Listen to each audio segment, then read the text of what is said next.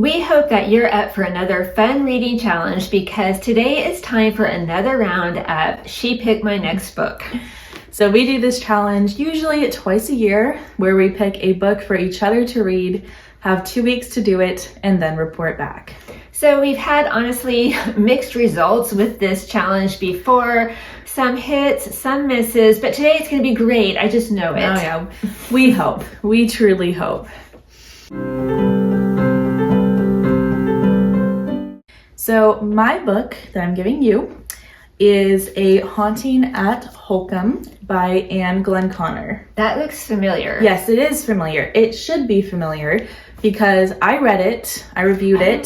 That's right. You were like, oh, that looks interesting. And you took it. It's been sitting in your closet for several months. So now I'm forcing you to read it. Yeah, it's got to be part of our big book decluttering organizational thing. Things like this come up. Okay, so we're starting now. Yeah. You're welcome. It sounds like it's going to be really good. I like historical fiction, so thank you, Kate. You're welcome. Okay. I'm curious to hear your opinions on it. Okay, so my book for Kate is a brand new publication by Catholic author and speaker Susan Brinkmann, and it's this one, Lioness Lost. So this is a Catholic mystery book. It involves an investigative reporter named Ariella Ward, and she gets roped into investigating a murder that has taken place at her local Catholic church. It involves the FBI and a satanic gang, so there's a lot going on in this story. So the author, Susan Brinkmann, you might be familiar with her name. She's on EWTN, Women of Grace. She does Wacky Wednesday, where they talk about all things New Age. And this is book one in the series, and I'm really interested to hear Kate's take on it. Is she going to like it? Would you, Kate, read more in this series? That's what I really am curious to hear about. Let's find out. Lioness Lost, hot off the presses. Okay, so this looks like a pretty good book. I remember Kate reviewing it. It's got some type of murder mystery in it, some type of tie-in to the Second World War. I always loved that. So my big problem now is that it is the end of day 3 and I have not read even one single page of this book. So I really am lagging behind. I really need to get moving. Yeah? Gonna be the vlog? Yeah? How much fun. Got both my helpers up here. There's one. Yeah. All right, so I am up here in the art corner. Both the cats are up here to help, and I just want to do my first update. So far we are following our main character, Ari, and she is a journalist, and there unfortunately has been a hate crime at one of the local churches, and someone is now dead. And of course, she is in charge of investigating this and talking to everyone and seeing what's going on. So far it has been really, really interesting. Now, Susan Brinkmann is pretty much an expert in the New Age philosophies and practices and what the church teaches on those and how it views them. And she is already putting that information into her book, bringing to light different practices and what goes on there, just raising awareness and teaching about them, which I really, really love. I love that she's doing this. So I'm not super far in, but I am very interested in it. So we'll see how this goes. Good morning. It's very early. I am the only one up at the current time.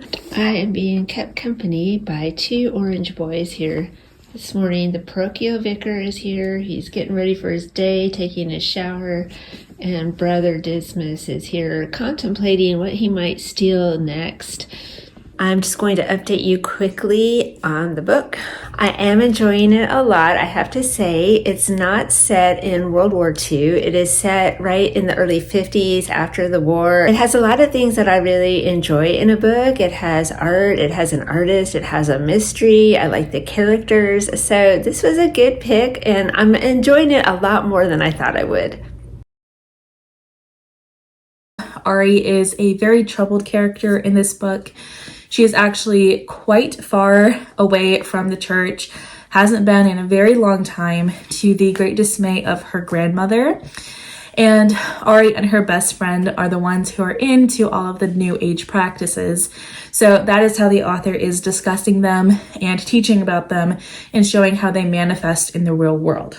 And then also getting further into the book, we are getting more light shed on who committed the hate crime.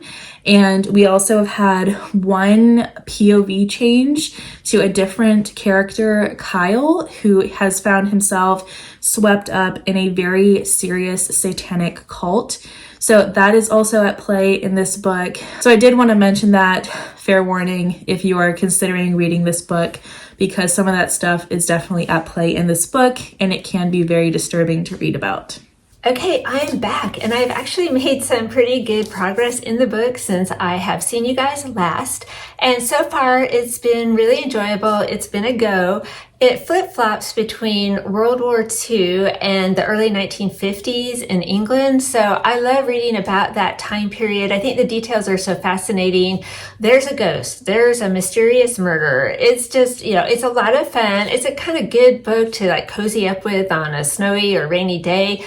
However, the villain in this book, the main bad guy, I don't want to spoil it, but this is my least favorite type of bad guy to read about. It's a topic that I just do not enjoy, and I find it really difficult. So that's kind of a bummer. I wish that could have been different about this book, but otherwise, I'm definitely enjoying it. I am reading, and I just discovered that this book has a past timeline. There's 2 timelines. It's like the middle of the book, and we're just getting to that, and I don't know how to feel about it. All right, so sorry for the strange location. I'm literally in my closet, but I needed a quiet space to film, so here we are. So I am on page 209 of this book. I'm getting really close to the end, but I have to say, ever since we hit the halfway point and started in the back in the day timeline, we haven't come back to the present. We've come back twice for maybe just a couple of paragraphs. And so honestly, I'm not sure how much I am liking that. The author has put in a lot of really interesting church history into the past timeline, which I really enjoy, but I was also enjoying following the story of the crime and the detectives. So I don't really know how to feel about that, because aside from the church history, that past timeline is kind of feeling like a Hallmark movie. I'm going to be honest with you. So fingers crossed that it picks up a little bit more and my mind will get changed.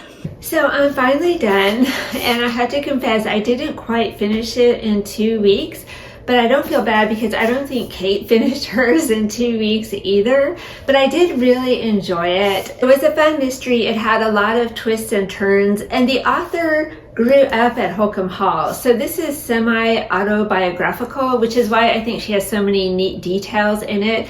And the author has written other books, and I would totally read another book of hers because the writing's pretty good and the story was a lot of fun. So Kate picked out a winner for me. Thank you, Kate. All right, so I have finally finished Lioness Lost by Susan Brinkmann, and I'm going to give this book 3 stars. I really enjoyed the first half of the book, especially with the investigation of the crime. The second half of the book with the flashback timeline, I'm not really sure how much I enjoyed that. I totally didn't expect it, as you saw. And almost the writing in the flashbacks, it could have been someone else writing them, because the writing in the beginning part of the book was quite good, but then when you got to the back half of the book, it was a lot of telling and there was just a difference there. So I found that very interesting. Now, I did enjoy the church history in this book. I did enjoy how she opens discussion on the different New Age topics. So I am glad that I did get to read this book. I'm not really sure if I'll continue with the series, but overall it was a pretty good experience. Here we are. We have both completed the challenge. I already fessed up that it took me more than 2 weeks, so there you go. It took me more than 2 weeks. It took me longer than her. So Kate won't give me an exact day. I don't remember. It took me about a month, let's be real. Okay, that's fine. That's fine. Life happens. So it's no surprise that I highly enjoyed this book. I thought it was a really fun mystery, and I would definitely read more by the author. So Kate found this one just at a book sale and just picked it up because she thought it looked interesting originally. And so that was a lucky find. Yes.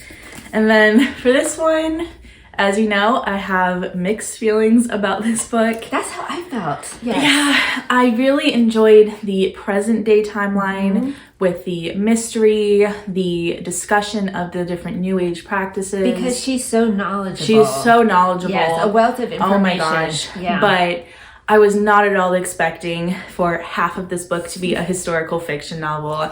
And I'm just not sure how I really felt about that. Yeah, that was really hard for me. I was so surprised when I realized this is the literary technique that she's using. And that, honestly, that's not my favorite technique, to have half the book in the present and then half the book as a flashback. So, yeah, it's not really my favorite thing either, but I know a lot of people really enjoy that.